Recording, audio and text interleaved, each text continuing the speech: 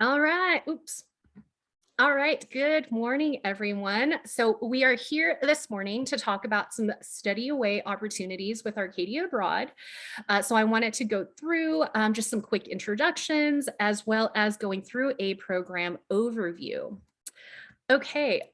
All right. So here I wanted to go ahead and just introduce some of the folks that you may be working with as you're looking at our programs online and then hopefully going through the application process over the next several months.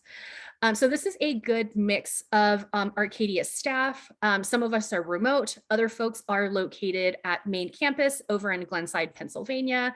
So I'll just kind of go through a quick overview as to who is who. So first and foremost, my name is Grace, and I am the Assistant Director of Institutional Relations for Region 5, which includes all of our Texas partnerships, and I am currently based out of El Paso, Texas. So hello from further West Texas than y'all are in Lubbock. And below me, I have Rob Hallworth, and I work pretty closely with him. His title is the Associate Dean of Academic Access and Curricular Solutions. What does that mean? It basically means that if there's curriculum mapping that we want to do for an institution for a particular major, that's something that I work pretty closely with Rob on. And then from a student perspective, if you send me an email and tell me, hey, I am a chemical engineering major and I need this particular class. If I'm not able to take this class abroad, I don't know that I could study abroad. In those instances, I'll work with Rob to see if there is a program on the approved list that has a class overseas at one of our partner institutions that would be a good equivalent for any of the classes that you may be looking for. So anything that has to do with academics or curriculum, I tend to work pretty closely with Rob. Below Rob, we have Hannah Lydek, who is the Associate Director of Health, Safety, and Security. So for those students who may need accommodations abroad and or need to have, health, services or accommodations in place, Hannah is likely the person that you'll be in contact with. Below Hannah, we have Olivia Pro, who is one of our senior program managers, and she is currently based out of New Zealand. So for any students looking at our New Zealand partnerships, there's a good possibility that you may be hearing from the resident director there and or Olivia, who is on site. And then moving on to when you get to the application stage, as a student, you'll most likely be having high levels of contact with one of the program advisors who are listed below. So depending on the program or location, Ellie, Pam, Christina, or Ashley are probably going to be your first points of contact. And then above them, we have the associate and assistant director of the advising and student engagement team, Mary Rogers and Ashley Brooks. All right. Moving on. So just a little bit about who I am, right, as your main point of contact. So again, my name is Grace. I'm based out of El Paso, Texas. I have been with Arcadia Abroad for about 7.5 months now. I started as one of their assistant directors back in June of 2022. Prior to joining Arcadia, I was a military education counselor. So in my prior lives and different things that I've done, I've worked pretty heavily with the veteran, military, and active duty student populations. So I've kind of, I have a pretty good understanding of the capabilities of what the GI Bill can do, what it can't do, what that looks like for study abroad, and the military and veteran population is very near and dear to my heart. I've also had a bit of experience on the study abroad end of things. I was also the exchange program coordinator at Baylor for about 3 years, assisting inbound and outbound students participating in international programming. And again, just kind of summing up some of the student populations and the areas of interest that I have. I am passionate about advocating for study abroad opportunities for some of our underrepresented student populations, particularly our veterans, our BIPOC and first-gen students. In my downtime, I enjoy spending time with my son, engaging in some mindfulness practice, watching dramas, and one of my favorite pastimes, reading, writing, and speaking about the Korean diaspora. Okay, so that kind of sums me up in a nutshell. All right, so now that we've talked a little bit or, provided some introductions, we'll jump into the meat and bones of who Arcadia is and the types of programming that we offer. So Arcadia actually for those of you who aren't too familiar with us as an organization, Arcadia Abroad is actually housed within a brick and mortar university. So we do have Arcadia University based in Western Pennsylvania, okay, which was established in 1853 as a small women's college, okay? And what had laid the foundation for our study abroad programming was that a cohort of students basically sailed to Europe in 1948 to look at the economic effects of World War II. So basically that planted the seed for a lot of the international and study abroad programming that we have today, which leads us into some of the next statistics that we have. So Arcadia has 130 plus programs in 11 countries and counting. That cover a wide range of disciplines, different program types and lengths. So of course we have our shorter term programs that run during the summer, and then our more traditional semester academic year programs as well. Okay. In addition to that, I want to talk a little bit about our alumni network. Okay. So not only is study abroad the experience in and of itself, something that is valuable, but it's also about making connections with the students that you're there in that location with. But even outside of that, right? Are there other alum who have done your program in the past? Are there ways to expand on that existing network? Even outside of the study abroad experience, for those of you who are then looking at, applying for jobs, applying to grad school, having a network of others where you kind of have this common interest or this common experience could be, really good resource to tap into. So yes, our alumni network is 75,000 students and counting. So again, that's something just to like a neat statistic for y'all to keep in mind. Okay, so the question that we get from students sometimes is, why specifically Arcadia? If my university has a partnership or, other similar programs, what makes Arcadia stand apart? And one of the things that I really do like to focus on is that we have a very student-centered approach. So again, the academic component of study abroad, of course, is very important. But then we also want to take a look at you as a student and as a person from a holistic standpoint. And then are there other skills that you can kind of take away from the study abroad experience, right? How do you build on your leadership skills, your communication abilities, things like critical thinking, empathy, and cultural awareness? We do this in a variety of ways. So excursions and activities are going to be a big part of that as well. Depending on the location. So for example, all of our excursions in New Zealand are included as part of the program fee. So it's pretty all inclusive. In most of our other locations, the majority of the excursions are going to be included within that program fee. But if there's an extended sort of overnight or long weekend excursion, like in the UK, not all of those excursions are necessarily going to be included within that program fee. But the majority, if not all, of the activities / excursions are included. So again, your excursions can be, a trip to a big landmark or bucket list item. But the trips that I think that tend to be very meaningful are when the on-site staff take students to off the beaten track experiences, something that a student may not know right off the bat. And, or, if it wasn't for an excursion, they maybe would not make their way out to that particular experience or location. And of course, the centers where we have our on-site staff will also have activities and events that they coordinate for our students. There are also service learning and volunteer opportunities. We have partnerships with organizations in those countries.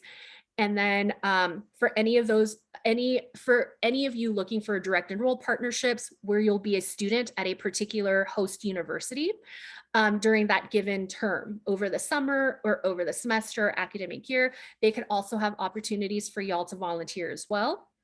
And of course, going back to the concept of networking or being able to build on these skills outside of just the academics, being able to add some bullet points to your resume. Okay, and here we have just a spiel that we have about our diversity, equity, inclusion. This is the statement that we have. most of us have more than a single identity. We're people, we're multifaceted, right? So as we're sort of working within this global society, in this world that continues to feel bigger yet smaller at the same time, what is Arcadia doing in terms of diversity and inclusion? Okay, so we are dedicated to educating every member of our community, inclusive of race, sex, sexual orientation, gender identity and expression, age, national origin, socioeconomic status, religion, and abilities. And like I said, for me, I also like to kind of throw in there, I really would like to kind of broaden this to include all of our non-traditional student populations, going back to the military and veteran population that I'm very passionate about serving. Okay. And we are committed to fostering a welcoming environment. So that means that we have a lot of trainings and hard conversations within our US-based staff. We also have a monthly meeting with our overseas staff members to talk about different topics, including things like diversity. So I feel like our staff, both here in the US and our overseas staff, are very well equipped should a student have any questions or concerns that you bring forth to our staff members. Not only are we committed to our mission, but if anything were to come up or any questions or hard conversations needed to be had, again, I feel like we're very well equipped to do so. Okay. All right. So continuing on with some of our housekeeping items, I wanted to touch a bit on health, safety, and wellness while abroad. So I feel like this slide has become even more relevant as we are navigating international experiences and study abroad coming out of the pandemic. But even prior to the pandemic, right, we have a really robust network in place when it comes to safety and wellness abroad. Okay, so student safety and security is one of our core values, right? We want y'all to have a good experience while abroad. So our director of health and safety and security leads our staff. So Hannah, which was on the second slide where I was kind of going through our staff members, works very, very closely with our US staff as well as our overseas staff to see how we can best serve and provide support to our students. So we, of course, prioritize student learning in a safe and responsible way. And we do that in a multitude of ways, right? So we provide thorough pre-departure and on-site orientation just to be able to give students an idea of how to stay healthy and safe in your host country and in that specific city. There's also high levels of personalized support that we provide for students. So for those of you who may need disability accommodations or ongoing medical or mental health care. So for instance, we did have a student with Crohn's disease successfully study abroad with us due to our robust health insurance plan. And then also just because we have a wide network of medical providers in country. So with this particular student with Crohn's disease, they needed to get an infusion once a month or once every 6 to 8 weeks, I believe. So again, just because you have a specific medical concern, a lot of times we are able to work with students so that you are able to successfully study abroad and while your health and safety are still very well taken care of. Okay, so we have medical insurance that also includes political security and natural disaster evacuation coverage. So again, all of that is wrapped into our program fee. In addition to that, we monitor world events and then operate under latest and best practices. We also have just a wide network of local contacts overseas. So we stay very well informed and on top of what is going on in country in terms of, again, health, safety, and wellness. And then this hopefully will provide a bit of peace of mind, not only for you as a student, but for your home university and for your parents as well, that we provide 24/7 support to keep parents and partner institutions informed about ever-changing, evolving situations occurring in country, and if there are any emergencies that do arise. Okay, so again, just kind of summarizing, if you go on an Arcadia program, what are some things that are included? So all of our programs offer the highest standards in education, student support, and co-curricular learning. So again, service learning opportunities and things beyond the classroom, right? Where you're just kind of getting academics through, being in more of a classroom setting. So first and foremost, our programs include the program tuition, housing, and then co-curricular activities such as excursions, cultural activities, sporting events, in-country orientation handled by our Arcadia staff members in that particular location, an Arcadia University transcript at the end of your program, personal guidance, logistical support before you go and during your stay, personal academic advising, health and accident insurance, health, safety, and wellness guidance and support from your staff in country. And then for students that are really interested in learning outside of the classroom, or if you have a particular population or an area of interest, if you wanted to blog about rugby in Scotland, if there's something, a topic or a population or is something that really calls to you, you can also obtain a co-curricular learning certificate through Arcadia. So this is a non-credit bearing certificate, but nonetheless, it's a formal way. It's official recognition for learning you receive outside of the classroom. And then also, students have the opportunity to blog and talk to other students on your program before you leave for your destination as well. So for those of you who are into things like travel writing or like to have kind of a creative component, would like to add a part of that to your experience, you could do that as well. Okay. All right. So now we've kind of given a backdrop as to, we have some introductions, you've had some Arcadia history, and then you now have an idea of what program support looks like through us as an organization. Now we'll move on to some program specific information. So Texas Tech currently has the following Arcadia programs that are on the approved list. So there are a handful of summer programs and then a couple of fall, spring academic year programs. Okay, so in the United Kingdom, we have the Dublin Parliamentary Internship, City University of London, University of Manchester, Glasgow School of Art, and then two of our summer STEM research locations in Dublin and Glasgow. And then in New Zealand, the University of Auckland is offered as a semester academic year option. And lastly, in Spain, there's another STEM summer research location in Granada. Okay. All right, so now moving on, we'll talk a little bit about some of the specifics of each of these programs. We'll hit on some of the highlights. So the three summer STEM research locations that are currently on the approved list for Texas Tech are in Dublin, Glasgow, and Granada. So some of the locations have kind of a broad sort of STEM focus, whereas some of the other locations are quite niche. Okay, so if you look, for instance, at the STEM Summer Research in Granada, it is very specific. It's for students looking at environmental science or things like atmospheric and meteorological sciences. Okay, and then the STEM research in Glasgow generally will cover these topics. So biology, chemistry, psychology, and earth sciences. And as you can see, there are two asterisks next to the chemistry and psychology. So those topics are really specific to students that are majoring in those disciplines. And then the STEM research location in Dublin is a little bit broader, right? So the topics will generally range in biology, chemistry, neuroscience, computer science, and earth sciences. And what I've gone ahead and done here is that there was an info session that was recorded that took place about 2.5 months ago, where that was an info session specifically geared towards students looking at some of our STEM summer research programs. So feel free to click on the link. I'll make sure that this presentation is accessible to you all. So you can click on the link, check out the video. And then for those of you who wanted to apply to our summer 2023 research projects, feel free to click the link here, and then you can get a rundown of all of the topics that are currently opened and available.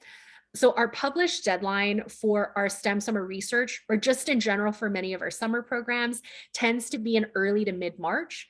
However, because the STEM summer research topics, depending on the location, can be a little bit more competitive, we do recommend that students apply sooner rather than later. So for any of you students who are looking at this opportunity and thinking like, wow, this sounds like something that I'd really be interested in, I would recommend getting the ball rolling on that application sooner rather than later, and trying not to, wait until that like March 15th hard deadline.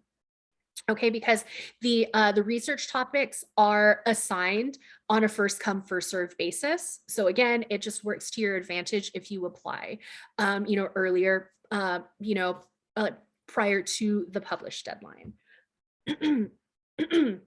Excuse me. All right, now moving on to some of our semester programs. One of the ones that I wanted to start off with and highlight is the Dublin Parliamentary Internship Program, just because I think this is a really unique opportunity. So basically, students do an internship with the Irish Parliament, but prior to that, the academics are front loaded. Okay, so prior to you starting the actual internship, students will take a class in Irish history, literature, and then Irish politics and society. And then about a month into the program is when students began their internship, which is about 2.5 days out of the week. And so the internship is established through the Institute of Public Administration, and it basically places the student with an Irish politician shortly after the program start. So the IPA is not necessarily going to be a college campus. It's a training institute for civil servants. And this is a program that we have a long history with, as we've been working with them for about the last 40 years. Okay. Okay, now moving on, let's talk a little bit about the Glasgow School of Art. So the Glasgow School of Art is one of Europe's leading higher education institutions for education and research in many visual creative disciplines, right? So, I mean, for those of you who are interested in fine art, you can find some of that here too. But there are also a variety of concentration areas, including things like textile design, painting, photography, sculpture, silversmithing and jewelry making, printmaking, graphic design, and then also drawing. But things like architectural studies are also areas that the Glasgow School of Art has specialties in. And then even for students that are not necessarily fine arts majors, there is a partnership between the University of Glasgow and the Glasgow School of Art.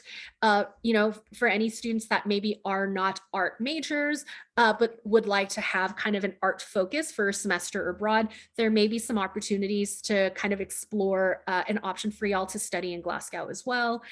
So if that's something that you're interested in, my contact information was on the second slide, but it'll also be included in the very last slide of this presentation. So feel free to send me an email and we can continue that conversation as well. All right, so the two England programs that are on the approved list are City University of London and the University of Manchester. And these are just some highlights I wanted to go ahead and include. Okay, so at City, they have academic strengths in business, econ, management, sociology, media studies, psychology, and criminology. Currently, math and computer science courses are restricted. So a lot of times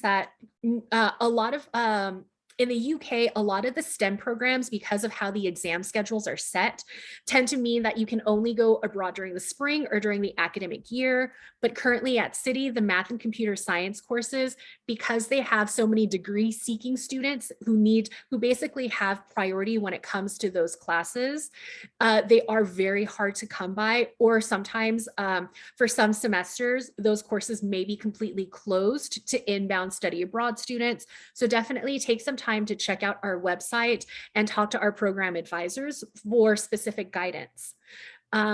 City University's campus is centrally located, and then their housing is approximately a 10-minute walk to campus and nearby a lot of local amenities. Okay, so looking a bit outside of London, let's take a second to check out some quick facts about the University of Manchester. So their academic strengths are in the physical sciences, social sciences, humanities, engineering, and computer science. And then here, sort of below that, again, kind of going back to the exam schedule for many of our STEM-oriented majors. So any of our engineering students, chemistry, comp sci, economics, math, physics, and astronomy. students, those courses are only available during the spring semester or academic year students. So do keep that in mind. And then one of the highlights to Manchester is that there is a bustling city life. So free galleries galore, museums, BBC studios, and of course, for a lot of students or a lot of people, they may be most well known for are the two Premier League football teams that they have there. Okay. And then housing at the University of Manchester is spread out over 3 locations. So there are 2 catered options, which means that meals would be included, and 1 self-catered facility. Okay, where you basically have a kitchenette or access to a place where you basically be able to prepare your own meals. And then all of the locations have great access to campus and other parts of the city by either by bus, foot, or train. Okay, so that basically wraps up a quick program overview. So locations, some program highlights. Now we'll just take a quick peek as to what it would look like for you to go on the Arcadia website and look at a program search. And then if you wanted to go ahead and then start an application, we'll kind of walk you through those next steps.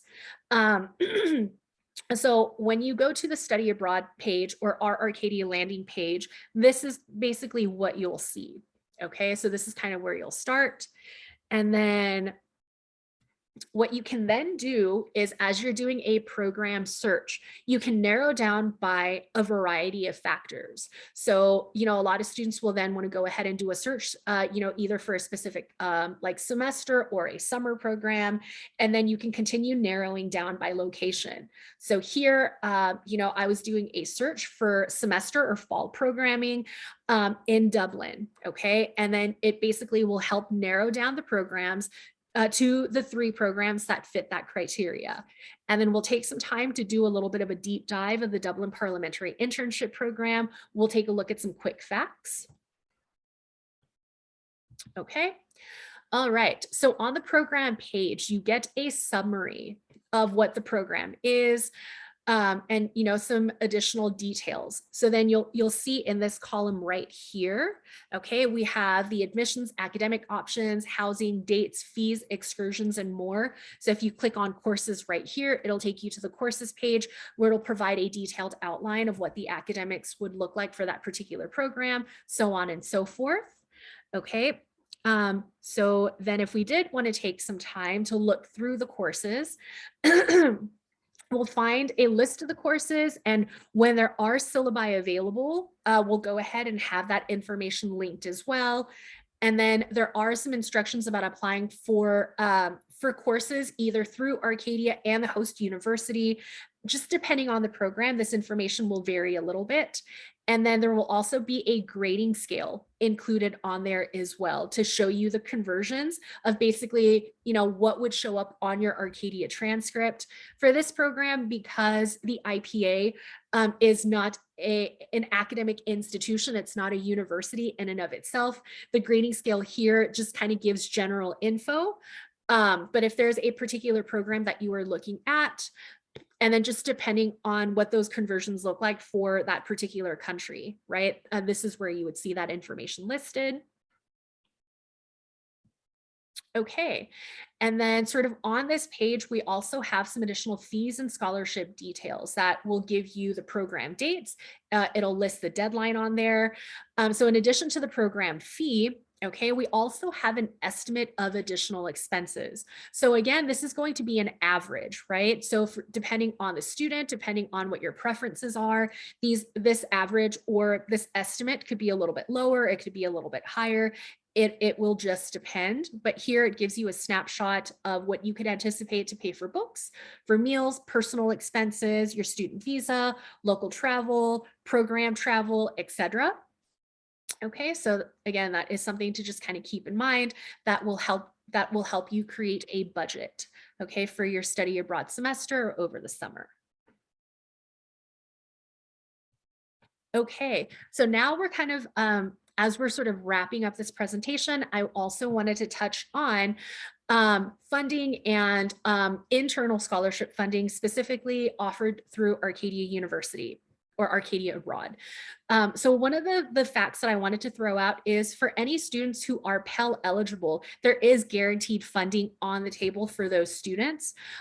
So, you know, for any students that have need-based aid, do keep in mind that there is guaranteed funding on the table for you guys specifically, but just in general, about 70% of students who apply for Arcadia funding receive some sort of award. So you may not receive the maximum amount of funding.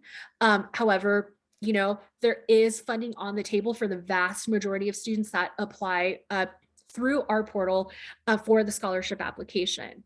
So to give you an idea of what that funding looks like, so the scholarship ranges for semester programs is anywhere between $500 to $2,500, with an average award going out to students of about $1,300. And then over the summer, the amounts, just because the program cost and the length of the program does get shortened, okay, the amounts do decrease a little bit. So the summer awards range from $250 to $1,000, with an average summer award going out to students of about 600 bucks.